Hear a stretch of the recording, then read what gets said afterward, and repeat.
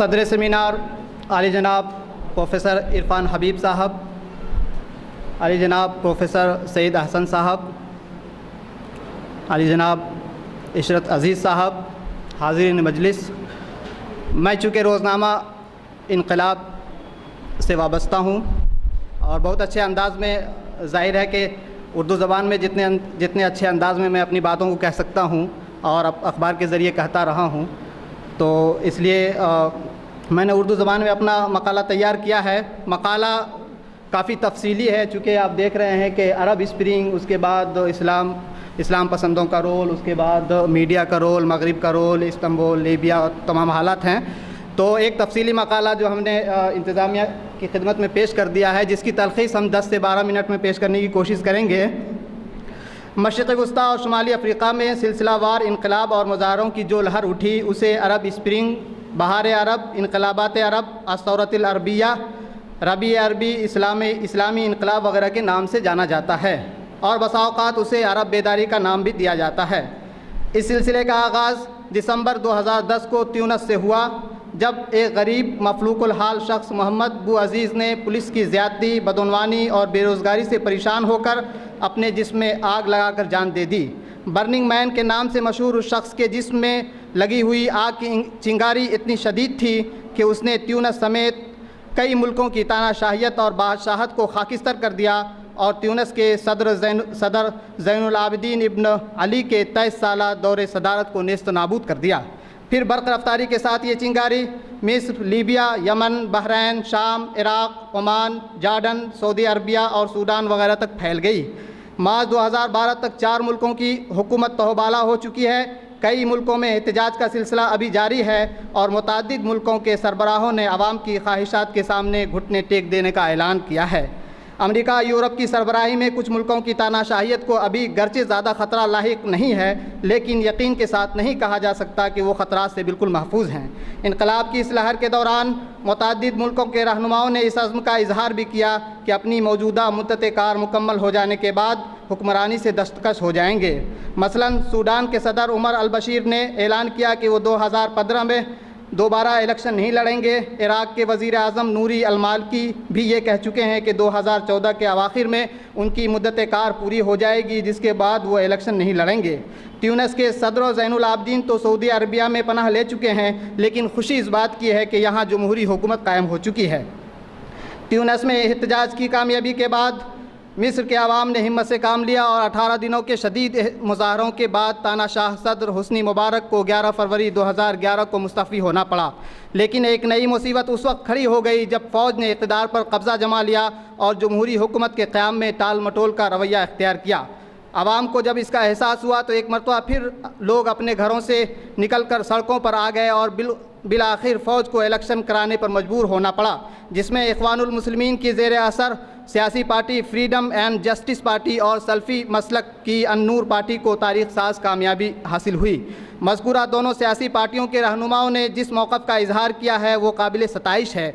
उनका मौक़िफ़ है कि मुल्क में हर तरह की नज़रियाती और मजहबी आज़ादी सब के लिए यकीनी बनाया जाएगा और बैनुल-अक़वामी मुआहदात का एहतराम किया जाएगा। उसके बावजूद इस वक्त की सूरत हाल यह है कि यहाँ आइन का मुसवदा तैयार करने की कोशिश जारी है, लेकिन यहाँ के आज़ाद ख़याल अरकान पार्लियामेंट इसमें रुकावट बन रहे हैं। बैरूनी दबाव का शिकार होकर आज़ाद ख़याल अरकान पार्लियामेंट ने मुल्क में नए आइन का मुसवदा तैयार करने वाले पैनल के लिए होने वाले अहम तरीन इलेक्शन से खुद को अलग कर लिया है।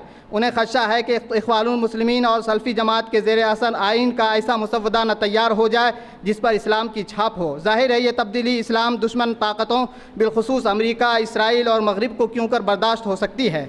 अब ये तो आने वाला वक्त ही बताएगा कि यहाँ आइन का मुसवदा किस तर्ज पर तैयार होता है। अलबत्ता इनकलाब की वजह से मिस्र इस वक्त जमहूरियत की राह पर गामज़न है और यहाँ एक शख्स या ख़ानदान की बजाय आवाम के मुंतखब नुमाइंदों के हाथों में हुकूमत है। मिस्र की किस्मत का फ़ैसला अब वाशिंगटन या लंदन में होने के बजाय कायरा की सरज़मीन पर होगा और यहाँ के मुंतखब नुमाइंदे इस फरीज़ा को अंजाम देंगे।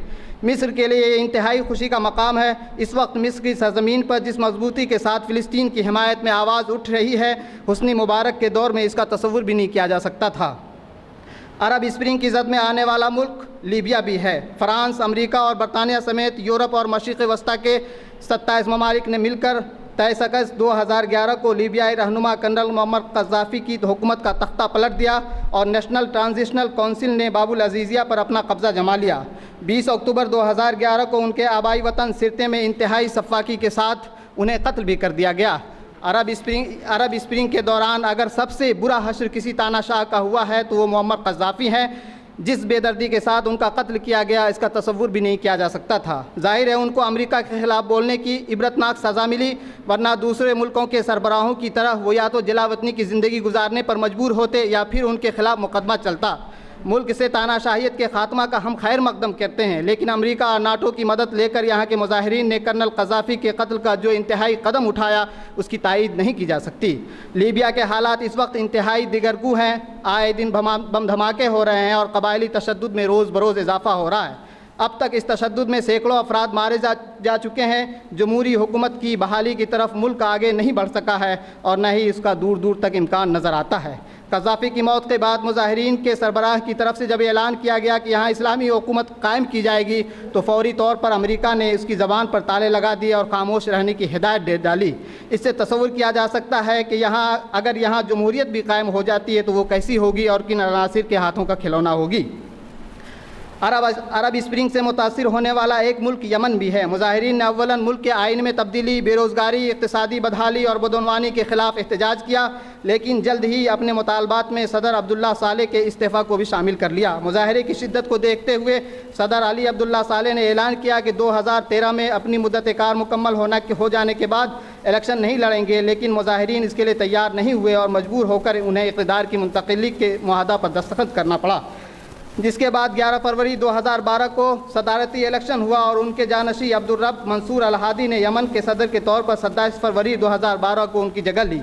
अलविदाई तकरीर में साले ने अवाम से अपने दौरे इक़्तिदार में होने वाली गलतियों पर माफ़ी मांग कर एक अच्छी मिसाल कायम की है। यहाँ इक़्तिदार की मुंतकिली ज़रूर हुई है, लेकिन जमहूरियत की तरफ मुल्क आगे नहीं बढ़ सका है। अब देखना यह है कि मौजूदा हुक्मरां हालात से क्या सबक हासिल करते हैं और अवाम की ख्वाहिशात की तकमील की कोशिश किस हद तक करते हैं। रबी अरबी से मुतासिर होने वाला एक मुल्क जॉर्डन है। यहाँ एहतजाज की वजह से किंग अब्दुल्ला सानी इब्न हुसैन ने दो बार हुकूमत तहलील की। उन्होंने हालात की नज़ाकत को देखते हुए अलग अलग रहनुमाओं को हुकूमत की ज़िम्मेदारी दी, लेकिन आवाम का एतमाद अभी तक बहाल नहीं हो सका है। इसलिए कहा जा सकता है कि बहुत दिनों तक जमहूरियत को आने से यहाँ शायद न रोका जा सके, लेकिन शर्त यह है कि बैरूनी ताकतें इसमें दखल अंदाज न हो। बहार अरब की वजह से आलमी सतह पर बहुत ज़्यादा तस्करे में रहने वाला एक मुल्क बहरैन है। यहाँ के बाशिंदों ने सियासी आज़ादी और हुकूक इंसानी की बहाली के लिए एहतजाज शुरू किया। क़याम जमहूरियत की राह में हाइल अनासिर की वजह से यहाँ के एहतजाज को मसलकी रंग दे दिया गया। हालांकि अरब स्प्रिंग की हवा यहाँ भी पहुँची थी और अगर संजीदगी से मामले को लिया जाता तो यहाँ जमहूरियत का बोलबाला होता, लेकिन ऐसा नहीं हो सका। यहाँ के एहतजाज को मगरबी मीडिया ने मसलकी रंग में रंगने की पूरी कोशिश की। हालांकि अहवाल व कवाइफ इस अमर के शाहिद हैं कि यहाँ के लोगों ने आम तौर पर पुरअमन एहतजाज किया है। उनके एहतजाज में शिद्दत उस वक्त आई जब मुजाहिरीन पर फायरिंग करके सिक्योरिटी अहलकारों ने 3 अफराद को गोलियों से भून डाला, जिसके बाद मुजाहिरीन ने 18वीं सदी ईस्वी से मुल्क पर काबिज हुक्मरां ख़ानदान के चंगुल से मुल्क को आज़ादी दिलाने का अज़्म किया। लेकिन जल्द ही शाह हम्माद बिन ईसा अल खलीफ ने यहाँ के मुजाहिरीन को ताकत के बल पर कुचलने के लिए GCC फोर्सेस को बुला लिया। 14 मार्च 2011 को ये फ़ौज बुलाई गई और उसी दिन 3 माह के लिए मुल्क में इमरजेंसी का ऐलान कर दिया गया। फ़ौज को खुली इजाज़त दे दी गई कि मुजाहिरीन को ताकत के बल पर कुचल दिया जाए। चुनांचे ऐसा ही किया गया। यहाँ के हुक्मरां अमेरिका नवाज़ तस्वूर किए जाते हैं, इसलिए अमेरिका ने भी दिलचस्पी ली कि शाह हम्माद की हुकूमत कायम रहे। चुनांचे सऊदी अरब ने अपनी फ़ौज भेजकर मुजाहिरीन के अज़ाइम को कुचल डाला। इस तरह फ़िलहाल यहाँ की तानाशाह हुकूमत बस तो गई है, लेकिन देखने वाली बात यह है कि ये कब तक बची रहती है। बड़ी तादाद में यहाँ शिया मसलक के लोगों की गिरफ़्तारी हुई है। डॉक्टरों, हुकूक इंसानी के कारकुनों और अमन पसंद सियासी मुजाहिरीन को भी गिरफ़्तार किया गया है।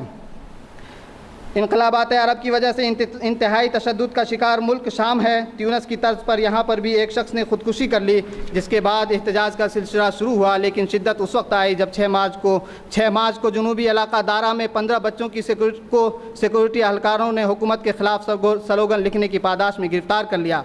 बच्चों को टार्चर करने की खबर आम होते ही अवाम 1963 से इख्तितार पर काबिज़ बासी हुकूमत के ख़िलाफ़ सरापा एहतजाज बनकर सामने आ गए। मुजाहिरीन का मुतालबा है कि बशारुल असद इस्तीफ़ा दें, लेकिन वो इसके लिए किसी भी कीमत पर आमादा नज़र नहीं आते। अक़वाम मुत्तहिदा में बशारुल असद के ख़िलाफ़ करारदाद मंजूर कराने का मामला आया तो गैर मुतवक्का तौर पर रूस ने उसे वेटो कर दिया। सऊदी अरबिया और तुर्की समेत कई ममालिक अपने सफारत खाने यहाँ बंद कर चुके हैं। अमेरिका यहाँ के मुजाहिरीन को असला और दीगर इमदाद दे रहा है, जिसकी वजह से मुजाहिरीन के हौसले बढ़ रहे हैं। लेकिन इसका नतीजा ये सामने आ रहा है कि बड़ी तादाद में यहाँ शहरी मारे जा रहे हैं। हर तरफ तबाही का मंजर है। आलमी बिरादरी बशारुल असद को किसी बात पर आमादा करने में कामयाब नहीं हो सकी है। अमेरिका और उसके इत्तेहादी ममालिक चाहते हैं कि ताकत के बल पर बशारुल असद की हुकूमत का तख्ता पलट दिया जाए। तुर्की, कतर और सऊदी अरबिया ने तो बाज़ाब्ता खुलकर मुजाहिरीन की हिमायत का ऐलान किया है, लेकिन रूस, चीन, हिंदुस्तान, ब्राज़ील और जनूबी अफ्रीका ब्रिक्स ममालिक की वजह से ऐसा नहीं हो पा रहा। ईरान भी ऐसी किसी भी मुदाखलत का मुखालिफ है। उसका मानना है कि यहाँ शहरी खुद जमहूरी हुकूमत के लिए जद्दोजहद करें, बैरूनी ताकतें इसमें मुदाखलत ना करें। ईरान का यह मानना अपनी जगह बजा है। इसलिए कि अरब स्प्रिंग के दौरान जिन जिन मुल्कों के शहरियों ने अपने अपने तौर पर एहतजाज करके तानाशाहों को घुटने टेकने पर मजबूर किया, वहाँ जमहूरियत की बहाली की राहें आसानी से हमवार हो गई। उसकी मिसाल ट्यूनिस और मिस्र की शक्ल में दी जा सकती है। उसके बरक्स जहाँ बैरूनी ताकतों के सहारे मुजाहिरीन ने तानाशाहों को झुकने पर मजबूर किया, वहाँ अभी तक जमहूरियत की राह दुश्वार नज़र आ रही है। लीबिया की मिसाल हमारे सामने है।